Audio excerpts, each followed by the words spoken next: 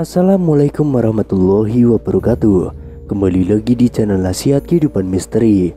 Pada video kali ini saya akan membahas tentang akhirnya lokasi istana Nabi Sulaiman ditemukan. Nabi Sulaiman adalah nabi yang memiliki harta kekayaan yang melimpah dan juga memiliki berbagai ilmu mukjizat yang tidak dimiliki oleh nabi yang lain.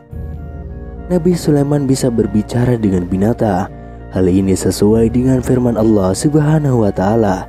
Nabi Sulaiman telah mewarisi Daud dan dia berkata, "Hai manusia, kami telah diberi pengertian tentang suara burung dan kami diberi segala sesuatu.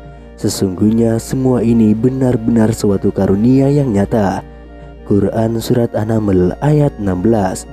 Bahkan para jin pun patuh kepada beliau.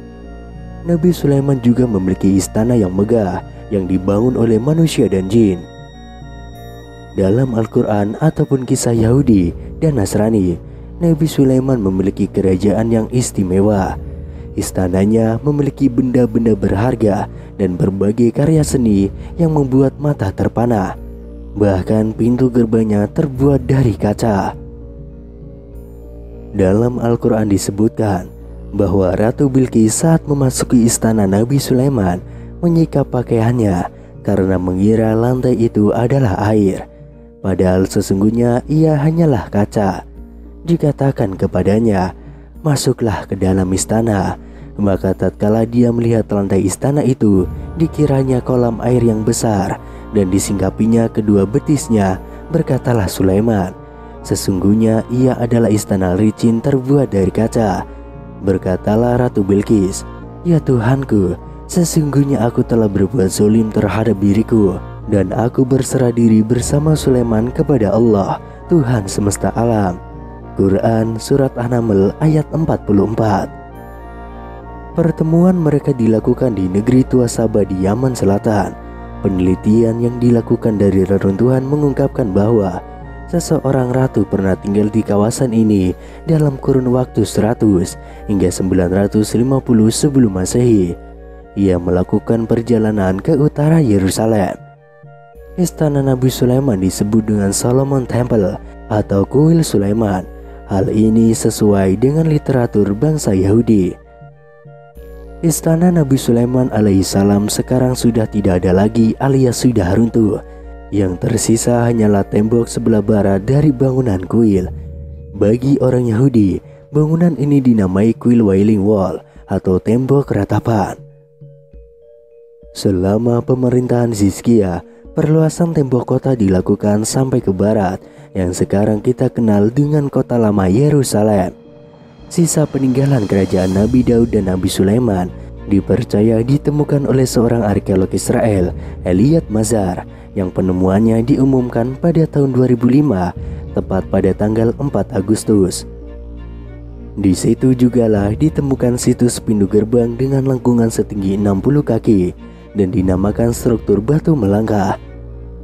Untuk mengungkapkan keberadaan istana tersebut, dilakukan penggalian sampai ke Masjidil Al-Aqsa yang akhirnya memicu kemarahan umat Islam karena ditakutkan akan merusak bangunan masjid.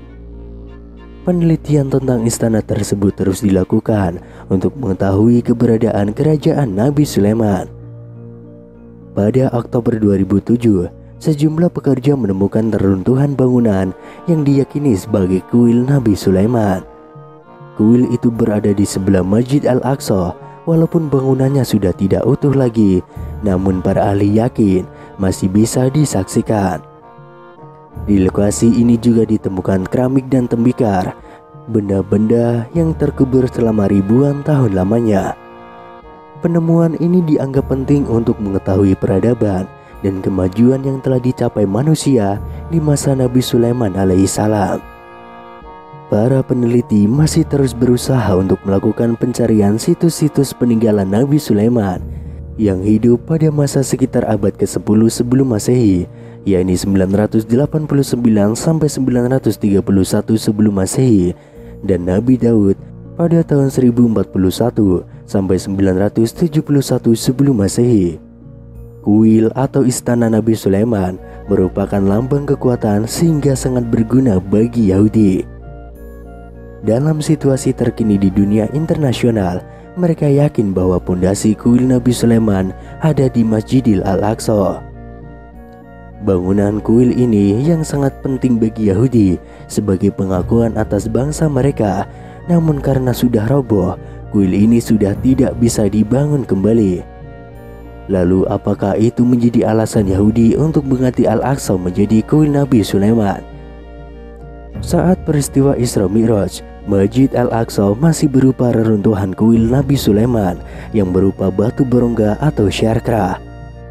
Pada tahun 637 Masehi, pasukan Khalifah Rasyidin mengambil alih Yerusalem. Khalifah Umar bin Khattab pernah memerintahkan untuk membangun masjid di sisi selatan syarkrah. Hal ini dilakukan supaya orang yang sholat menghadap Ka'bah dan membelakangi syarkrah. Selanjutnya, Khalifah Umayyah Abdul Malik bin Marwan pada 690 Masehi menyempurnakan bangunan-bangunan masjid dengan batas-batas wilayah sucinya. Kubah pun dibangun untuk menahan syarkrah yang ada di tengah kompleks Masjidil Aqsa. Di tahun 1099 Masehi, pasukan Soli berhasil menduduki Yerusalem. Kesatria Templar pun menjadikan Masjidil Aqsa menjadi markasnya. Templar pun menganggap bahwa syarkrah sebagai tempat Nabi Sulaiman menyembunyikan buku sihir. Namun Salahuddin Al-Ayyubi berhasil merebut Yerusalem, dan Yerusalem dalam bahasa Arab disebut Al-Quds.